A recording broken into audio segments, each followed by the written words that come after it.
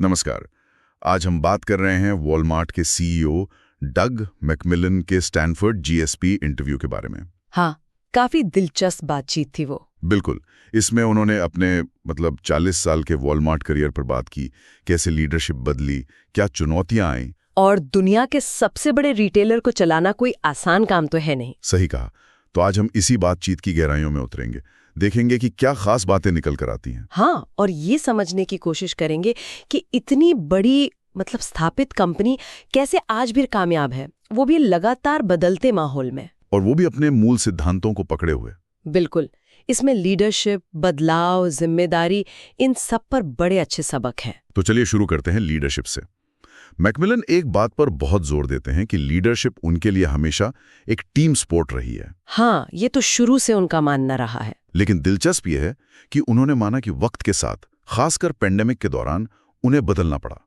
तेजी से फैसले लेने की जरूरत बढ़ गई। हाँ, पहले शायद उन पर धीमी गति का ठप्पा भी लगा था, लेकिन फिर उन्होंने वो गियर बदला। सही। और ये बदलाव इतनी बड़ी कंपनी में लाना, ये कैसे मुमकिन हुआ? देखिए, यहीं पर उनकी वो बात आती है जो उन्होंने कही कि कंपनी का जो उद्देश्य है, सेव मनी, लिव बेटर, और जो 4 मूल मूल्य हैं, व्यक्ति का सम्मान, सत्यनिष्ठा, हाँ, ग्राहक सेवा और उत्कृष्टता, इनको उन्होंने स्थिर रखा। कहा कि ये नहीं बदलेगा। अच्छा। पर ग्राहकों के बेहतर सेवा के लिए बाकी सब कुछ बदल सकता है। ये एक तरह से जड़ों को पकड़ना है, पर उनसे बंध कर न रह जाना। ये बात बहुत महत्वपूर्ण है। और उन्होंने ये भी माना कि कंपनी ने आलोचनाओं से सीखा है, खासकर 2000 के दशक की शुरुआत में। अरे हाँ, वो दौर था जब काफी आलोचना हो रही थी। शुरुआत में तो वो लोग बचाव की मुद्रा में थे, पर तब के सीईओ ली स्कॉट ने एक अलग रास्ता चुना। जी, उन्होंने तय किया कि आलोचकों की बात सुनी जाए, पर्यावरणविदों वगैरह से मिले, भले ही शुरू में छुपकर मिलना पड़ा हो। इससे सोच में क्या फर्क आया? बहुत बड़ा फर्क। पहली फोकस सिर्फ ग्राहक और कर्मचारी थे। अब दायरा बढ़ गया, सभी हितधारकों के बारे में सोचना शुरू किया, समाज, पर्यावरण। अच्छा। और इसी सोच से फिर वो प्रोजेक्ट गीगाटन जैसी पहल निकली, सप्लायर्स के साथ मिलकर कार्बन उत्सर्जन कम करना। ये दिखाता है कि कंपनी कैसे इवॉल्व हुई। और हितधारकों की बात करें तो वो संतुलन साधना कितना मुश्किल होता होगा, कर्मचारियों का वेतन बढ़ाना और ग्राहकों के लिए कीमतें कम रखना। हाँ, ये क्लासिक दुविधा है रिटेल में। हाँ। मैकमिलन ने 2015 में वो जो शुरुआती वेतन $9 प्रति घंटा किया, उसका जिक्र किया, और कैलिफोर्निया में तो $18 से भी ज्यादा। जी। और वो कहते हैं कि वो उनके बेहतरीन दिनों में से एक था।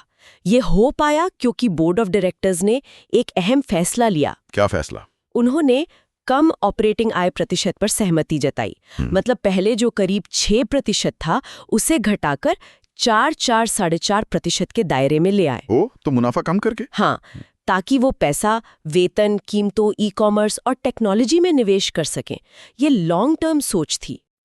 शॉर्ट टर्म मुनाफे की बलि दी। बिल्कुल।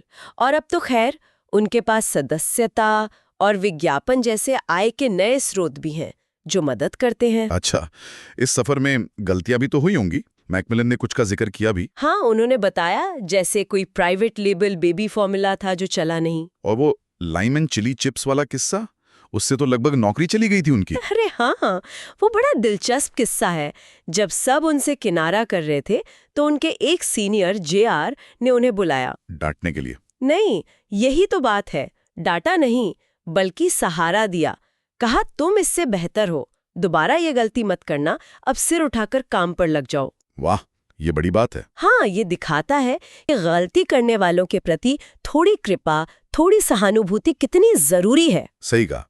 तो अब आगे देखते हुए, वॉलमार्ट सिर्फ पैसे बचाने वाली कंपनी नहीं रहना चाहती, समय बचाने पर भी फोकस है। बिल्कुल। इन होम डिलीवरी की बात हो रही है, प्रिडिक्टिव ऑर्डरिंग, आपकी जरूरत का सामान आपके सोचने से पहले तैयार हो। भविष्य तो यही है शायद। हाँ, और इसमें टेक्नोलॉजी का बहुत बड़ा रोल है।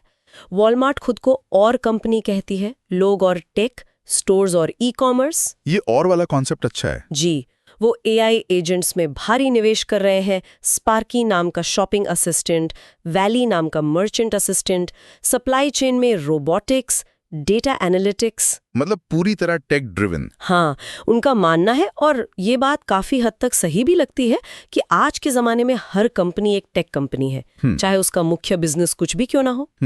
तो इस पूरी बातचीत से जो बात उभर कर आती है वो ये है कि वॉलमार्ट का सफर लगातार बदलाव का, सीखने का रहा है। हाँ, और अपने मूल सिद्धांतों और उद्देश्य पर टिके रहने का भी। साथ ही अलग-अलग हितधारकों के बीच वो मुश्किल संतुलन साधने का। बिल्कुल। और यहाँ हम शायद श्रोताओं के लिए एक सवाल छोड़ सकते हैं सोचने को, हाँ, जरूर। कि कोई भी संगठन या व्यक्ति भी अपनी जड़ों का, अपनी विरासत का सम्मान करते हुए और भविष्य के लिए नया सोचते हुए ये संतुलन कैसे बना सकता है? ये सिर्फ बड़ी कंपनियों के लिए नहीं। नहीं, ये हम सबके लिए सोचने वाली बात है।